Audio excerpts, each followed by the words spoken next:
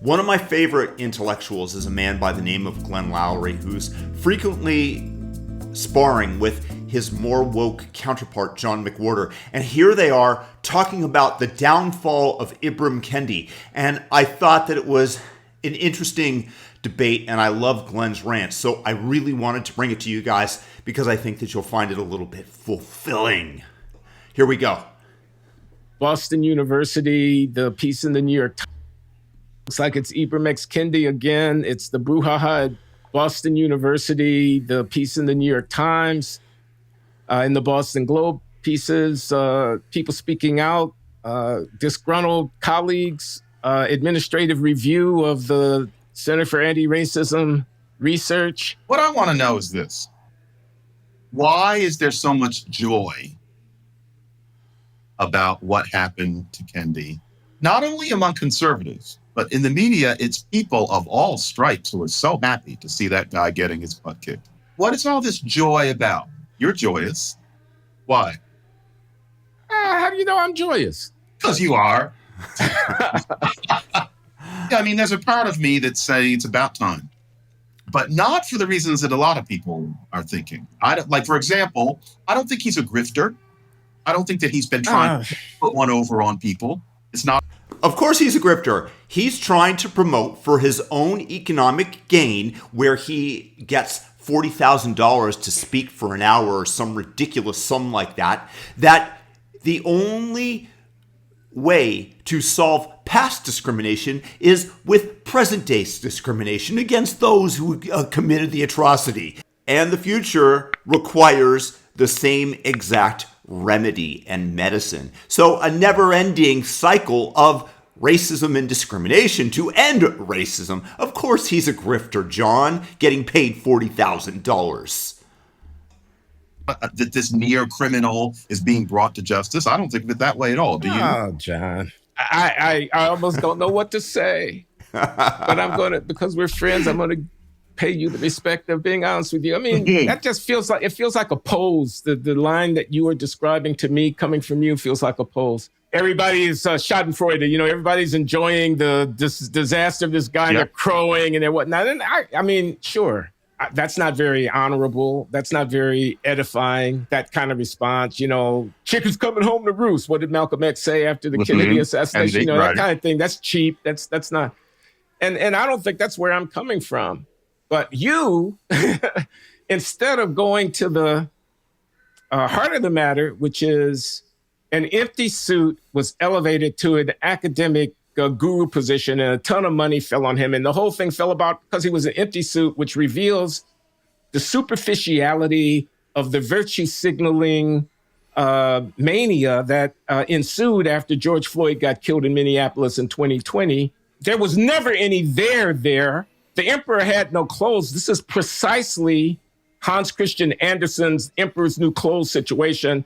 This is the Wizard of Oz behind the curtain that's been revealed. Instead of that, you use your lofty position and your megaphone of influence to ask questions about the people who are happy to see the whole thing fall apart. It was rotten to the core. The whole thing was absurd. He was going to solve the racial inequality problem through anti-racist research. He's an empty suit. Thank you, Glenn. He doesn't know anything. That's been obvious from day one. So it's not about him. And both of these gentlemen called out Ibrim Kendi for it. So what John McWhorter is experiencing is the fact that somehow he's on the wrong side because maybe he's siding with the conservatives, or he holds himself in such high esteem that he's having that schadenfreude feeling and wants to call it out within himself. Granted, this is mind reading, but it's fun to do sometimes. Right. It's about the institutions and about the mania of that moment. And by the way, the consequences of the mania of that moment are playing out in real lives all across this country. With cities overrun with ill-behaved people, with law enforcement apparatus being pulled back, with ridiculous ideology, with failed school systems, with mediocrity everywhere you look. Kendi is just a symptom of something that was very deeply and profoundly wrong. What about Black Lives Matter? What has become of them? What about Ta-Nehisi Coates and Nicole Hannah-Jones? Yes, I will go there. What has become of them? They were going to go to Howard and build some kind of center. Where is it? I'm disappointed that you didn't go for the jugular. That's what I'm saying. Well, the thing is, who's jugular? Kendi is not an academic. He is not a scholar. And I don't mean that as... Interestingly enough, when he's defending himself on MSNBC against Vivek Ramaswamy, Kendi refers himself as a scholar. The man who barely scored 1,000 on his SATs, as a scholar. To put down, I mean, that's not what he does. What he wants to be is an anti-racism activist. He happened to get a doctorate. And if you get a doctorate, it does open certain doors. That's understandable. But it's painfully clear from his CV, from, frankly, just listening to him for about 5 minutes, that he's not an academic. And if you put it the right way, you could even say it to him and he might even agree for it. He's out in society trying his version of trying to change real lives, but that's not a scholar. However, all of a sudden in 2020, he gets swept up into this institution where he's supposed to be supervising real research. You know, if you tried to have me administrate something, I would have... Real research, anti-racist research, how to extend racism. This is the research that people like the former CEO of Twitter, Jack Dorsey, donated $10 million to. That's why I have a hard time respecting Jack, even though I think that he's done a lot of good things for Bitcoin and free markets. It's hard for me to get over that one. That thing, a smoking hole in the ground in 2 weeks. I would have no idea what I was doing. I don't want to do it. I get the feeling he's similar. He hadn't had any experience running anything, and he's not terribly interested in doing it. I feel him there, but he gets thrust into this position. Why would we expect him not to take it? Is he really supposed to say, no, I'm not a real researcher, or I don't do what these people do? What would I be doing supervising these people? The jugular here is Boston University. Okay. The jugular is anybody in 2020 and thereon who has casually referred to him with terms like scholar and academic and intellectual, when it's clear. Again, that's all that the media did, defending him against real criticisms. You can't criticize a black man who's an anti-racist, though, unless you're Glenn Lowry. Then you get free reign. God, I love him. What about the MacArthur Foundation? You don't want to sound like you're jealous, but frankly, that too. What about didn't he win a National Book Award? Yes, he did. And frankly, yeah. And so that's the jugular that you go for, in that there is sometimes a lowered sense of what an academic is when it comes to what black figure is going to be celebrated. I cannot be mad at Kendi for that. I mean, he just got swept up into something where I think all of us would have taken them. And now he's a multimillionaire without a doubt from all the sales of books to woke white people that are trying to assuage their guilt, along with all the speaking fees that he received. Yeah, he's a grifter. Do you blame the grifter for grifting when he's given the opportunity? No, but he's a grifter who produced nothing valuable for society, who basically regressed us back into dark times of Jim Crow, wanting to reinstitute it only from the black perspective of being able to discriminate against white people and getting a free pass for it. And he's a moron and an idiot. But John McWhorter somehow seems to have a inner defense of Kendi for what reason I surmised earlier. Money. All of us would have taken the fame. All of this fell apart because he was chosen for something that he shouldn't have been chosen for. But why be mad at him? I don't know why. Because he's an evil person. Defending him from anybody's anger is of concern to you, but you can keep your own counsel on that. Why would we be mad at Adolf Hitler rather than the German people who voted him into power and kept him in there while he destroyed the world?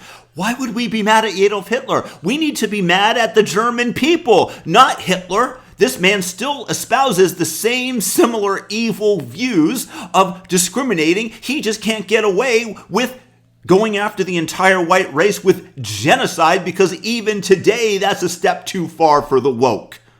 Soon that will come to pass, though. let me just posit, I'm not, as it were, mad at him when I point out that he's a fraud.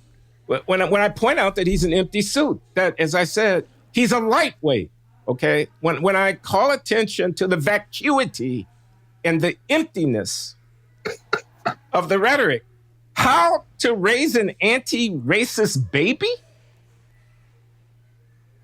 Come on. So Glenn, I'm not mad at him to say you an embarrassment. You're an absurdity. That's simply a description. That's not accurate, Glenn.